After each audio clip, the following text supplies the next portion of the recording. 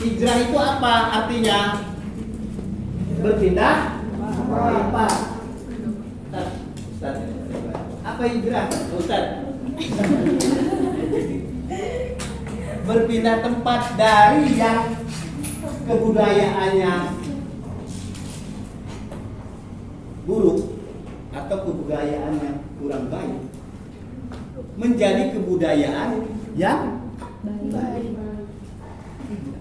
Alih itu seperti itu, beralih dari yang tempatnya kurang baik menjadi lebih baik. Di dalam alih media pun seperti itu. Media itu adalah tempat, wadah, sanis wadahnya, wadah. Dari wadah yang biasa saja menjadi wadah yang luar biasa. Sekarang ke teknologi. Dari teknologinya yang sulit diakses, jadul, lambat, membutuhkan waktu, membutuhkan biaya, transformasi ke media yang cepat, tepat, efektif, efisien, bisa diakses di mana saja dan kapan saja, menjadi lebih baik. Itu dasar konsep alih media. Apalagi ada juga prinsip-prinsip alih media. Ada sih alih. Mana sih pakai sebenarnya? Lah, pakai. Ya coba. Tengah 12 ini kan? Iya. Penerapan alih media informasi. Kenapa ya?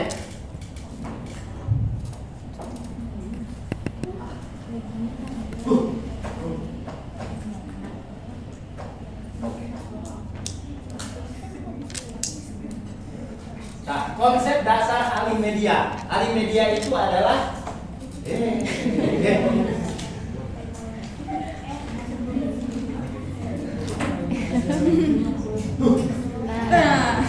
udah. Tan, banget Tan. Ustaz Ridwan.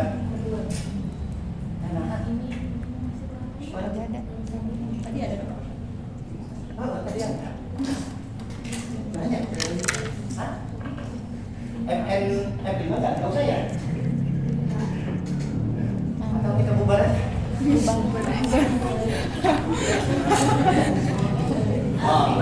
Konsep dasar alih media. Ya, atau disingkat dengan AMI, Mama AMI. Pengertian, Anda bisa lihat itu. Alih media informasi adalah proses mengubah bentuk atau format informasi dari media asli sumber ke dalam media yang berbeda. Ya, nggak usah dicatat. Udah mau diperiksa bapak catatannya. Kan kita nggak UTS kan? Ya. Itu perpindahan. Tujuannya prinsipnya menjadi lebih baik. Ini sebenarnya yang lebih baik dalam bahasa yang lebih sederhana atau alih media informasi. Nah, isi konten informasi dari satu wadah lama ke wadah baru tanpa dengan minimal kehilangan makna. Jadi intinya sebenarnya alih media ini asik sih. Ya, dari konvensional ke digital. Untuk apa? Untuk menjaga, melestarikan. Apanya dilestarikan? Informasi yang utuh sebelumnya. Coba naskah proklamasi kan sudah ada. Maka harusnya dialih mediakan supaya dia utuh. Biar siapa? Biar nanti anak bangsa, cucu-cucu kita nanti, anak-anak kita nanti itu bisa melihat, oh ini peristiwa, oh ini fakta dan data sejarah bangsa Indonesia ini. Tujuannya itu. Maka prosesnya harus alih media supaya bisa diakses oleh siapa saja dan kapan saja. Tujuannya adalah literasi informasi. Oke, paham. tujuan AMI. Preservasi dan konservasi. Bahasa sejarah itu. Bahasa perpustakaan juga. Bahasa arsip, ANRI itu, Arsip Nasional Republik Indonesia itu mengungkapkan bahwa tujuan AMI adalah pertama, preservasi, pelestarian. Kalau preservasi itu pelestarian, supaya dilestarikan maka diperbarui, diperbanyak, ya, diperbaiki. Itu namanya preservasi. Kenapa diperbaiki? Berarti dia tidak baik, bisa keadaannya rusak. Bahasa sejarahnya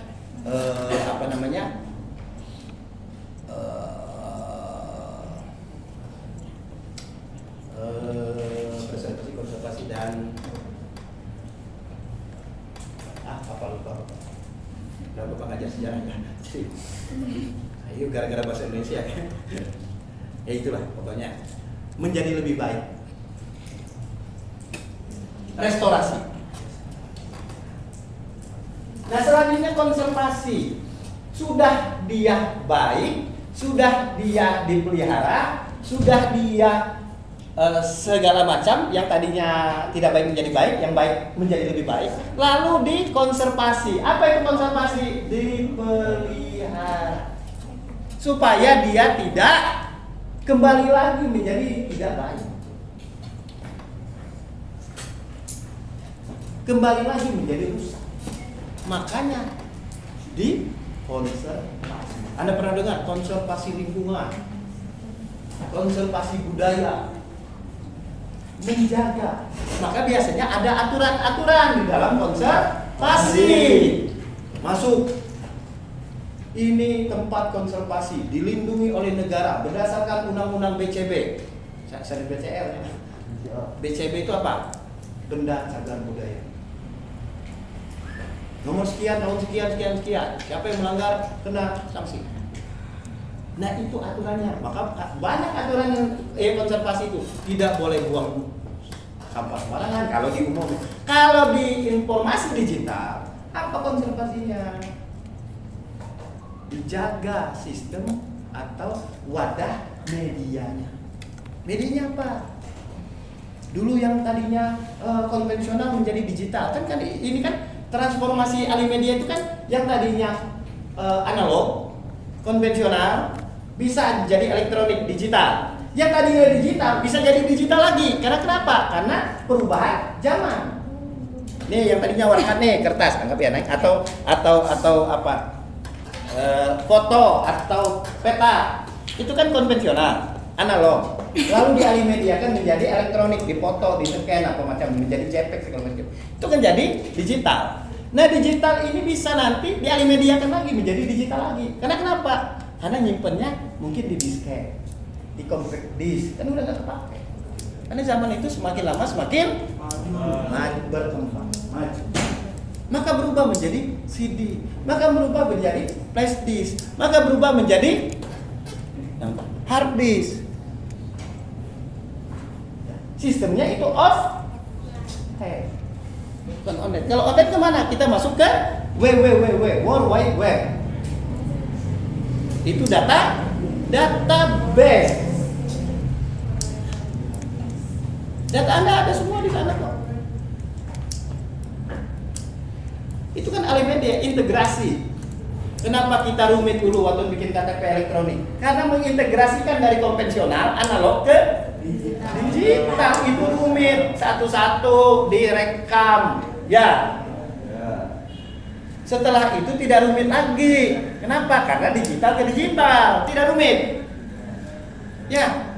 Data Anda tidak rumit, di Dukcapil ada, di sosial media ada, bahkan Anda pinjol juga gampang. Karena sudah ada data Anda. Bring, ini pinjam 20 juta. Kan begitu. Bayar seumur hidup. Kan begitu. Karena dia sudah terintegrasi satu sama lain. Di sosial media Anda upload saja. Anda bikin nih video nih, status nih. Lalu Anda upload ke TikTok. Lalu TikTok itu punya pilihan. Mau diupload di mana? Instagram, TikTok, Facebook, kan ada pilihan. Bisa semuanya, padahal hanya Anda sedang membuka aplikasi TikTok, tapi terintegrasi dengan aplikasi-aplikasi lain. itu digital ke digital. Nah, paham? Ini riwayat. Saya balik lagi. Nah, selanjutnya tujuan kedua AMI itu adalah aksesibilitas, kemudahan akses kata Bapak. Karena dulu sulit, ya. Sulitnya kenapa? Hanya ada di disket. Disket itu sulit. Disket itu bisa dibaca kalau ada floppy. Anda memang anak Gen Z yang nggak tahu ya teknologi masa lalu. Itu ada disket, ada floppy. Floppy itu media untuk membaca disket. Masuk ke disket tuh. Tahu nggak disket nggak? Coba cek di internet, disket data. Itu tahun 2000 sampai dengan tahun 2008 merajalela disket. Satu kotaknya 30.000. Satunya dijual 7.000. Ada nggak? Ada. Oke. Tahu kan? Nah, untuk membaca data yang di dalam disket itu harus menggunakan media floppy namanya. Coba cek floppy supaya tahu bentuknya. Bukan. Nanti kan data konvensional analog itu data-data yang lama, nggak ada data yang baru. Ya, apalagi di arsip, di Andri atau di perpustakaan naskah-naskah kuno atau peta-peta kuno, nggak ada itu datanya tersedia di digital yang baru, pasti digital yang lama.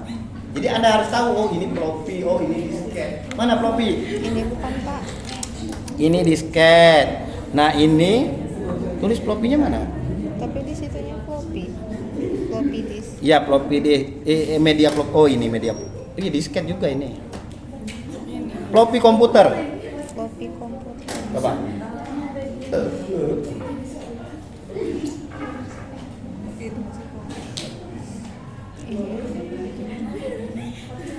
Ada. Tapi sampai juga masih nggak ada itu ada. Ini buat masukin itu.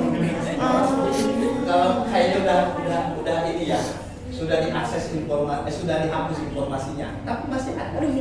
Karena biasanya, kenapa Alimedia? Karena Alimedia ini barang-barang lama. Kenapa Bapak? Anda harus tahu.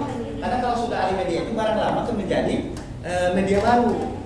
Pasti Anda harus tahu dulu media lama, nanti takut bingung. Ini datanya ada di disket, Anda nggak tahu apa ini.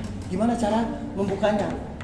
Kalau Anda kerja nanti ya, itu pasti Anda temukan itu kalau Anda kerja di perpustakaan. Karena naskah-naskah kuno, ya, atau peta-peta, atau tulisan-tulisan itu pasti berada di media lama. Compact disk, ya. Flash disk masih ada sekarang? Masih. Ini bukan Pak. Ini masih disket. Floppy itu ini. Oh ini nih, ini floppy disk drive namanya. Tuh, bentuknya begitu. Ya, itu di komputer CPU-nya di build up itu ada floppy, tinggal masukkan disket, lalu dia membaca. Tapi bunyi baru kebaca data Anda di sana. Ada juga yang namanya CD, tapi di dalamnya juga harus ada CD drive, pembaca CD. Ada juga namanya flash disk. Di komputer juga medianya harus ada USB. Itu pembacanya. Jadi Anda harus tahu mana pembaca informasi itu di dalam teknologi. Sulit nantinya ini membaca dari mana. Jadi ngerakir ini gimana di perpustakaan. Tadi ajarin ke dosennya. Justru yang jadul-jadul, kalau Alimedia itu yang diajarkan bukan yang baru-baru, yang jadul-jadul itu diinformasikan. Karena yang Anda temukan nanti itu yang jadul-jadul. Di Alimedia kan ke yang baru. Kalau yang baru nggak usah diajarkan, Anda lebih jadul dari bapak. Ya, iya. Itu yang jadul-jadul. Bagaimana cara mengakses? Nah, cara mengakses disket itu jangan sampai kebalik. Karena bentuk disket Anda, Bapak masih ada tuh bentuk disketnya. Kalau kebalik, dia nggak kebaca datanya. Bisa merusak floppy drive-nya. Ya. Nah itu aksesibilitas kita kembali lagi. Akan kembali lagi. Selanjutnya diseminasi, penyebaran. Kenapa Alimedia ini dilakukan di pusat-pusat informasi, baik perpustakaan, arsip, museum dan lain sebagainya? Ada mata kuliah museum nggak? Ada. Siapa yang ngajar?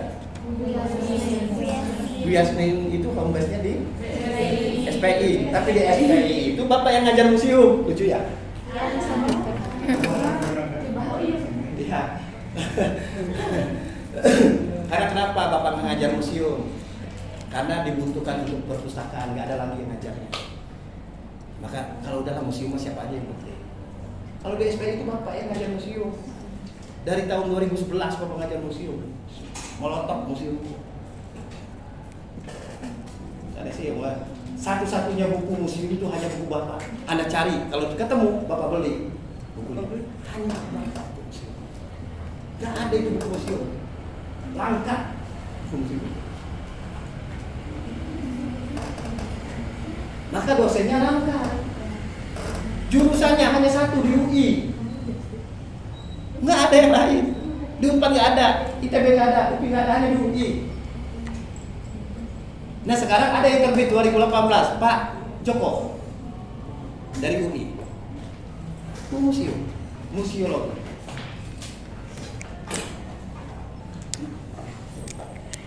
Kemuseuman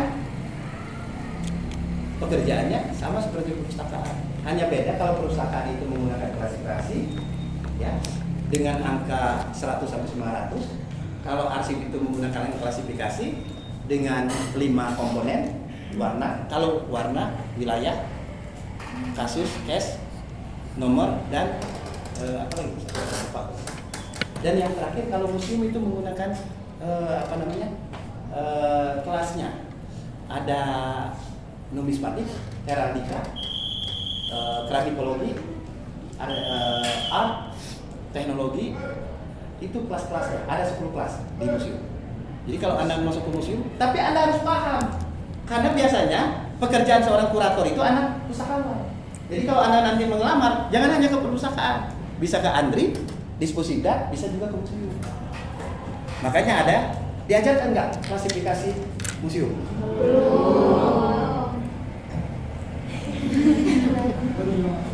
Baru juga masuk.